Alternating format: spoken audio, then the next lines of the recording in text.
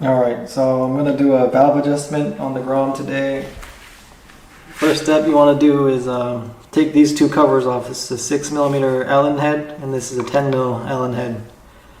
This is the sight glass or placed to a window to see if the motor is at top dead center or not. You'll see in a second. Alright, so I got the covers off. Inside is a 17mm.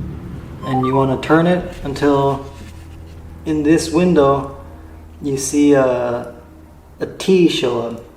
There's an F and a T written on engraved in the metal disc back there. And you can kind of see the T right there.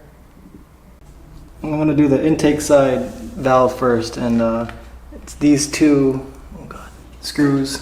It's a 8mm. There's an O-ring there. There's two O-rings here too, so be careful when you take the covers off. Alright, let's see what it looks like here. You see that point sticking out? You gotta undo the nut around it, and then with the tweezer, turn the little nipple that's sticking out to raise and lower the valve. And that nut is 9mm. Here, the intake side is 0.004. Okay, alright. I think I got it adjusted. It's going to be impossible to show you, but you want to feel a drag on the what is it called? The gauge, feeler gauge. And it should be like pretty hard to wedge it back in there, but it should go back. I'm having a little trouble here. Yeah, see it?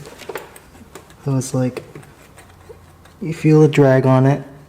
It's not too loose, but it's not too tight either, where it's sticking. You can just move it around with a slight friction. That's what you want. And then you want to hold that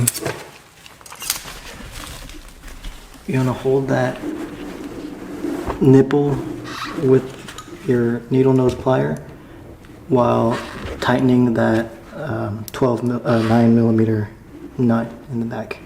It's a little tricky, so I'll show you when it's done. Okay, I got it tightened down. Just want to do it snug, maybe about like 9 or 10 foot-pounds. Not too tight, it'll still hold.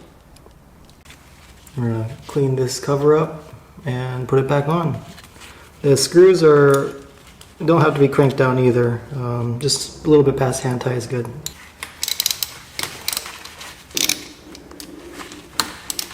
There might be some oil dripping out of the exhaust side, so have a napkin or drain pan ready.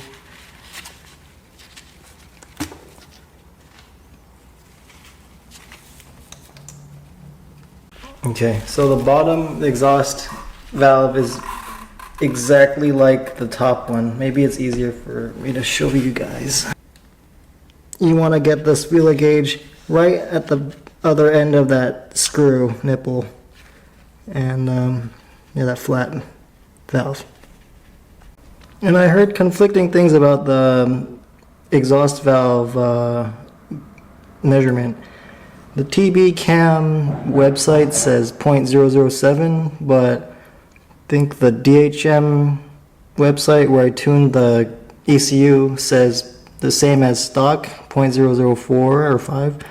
So I'm going to try to set it to 0.007, see if I notice anything. It's been set to the stock measurement so far. Oh wow, this exhaust valve is loose as hell. You can hear it. The exhaust side, let's hear that. It's a little bit better. Okay, I'm going to button it up and put oil in it and start it up. Alright, be careful not to torque these down too much. The covers, they're made out of soft aluminum, and I actually stripped out the Allen head key one time. So just do it until snug, and that's it.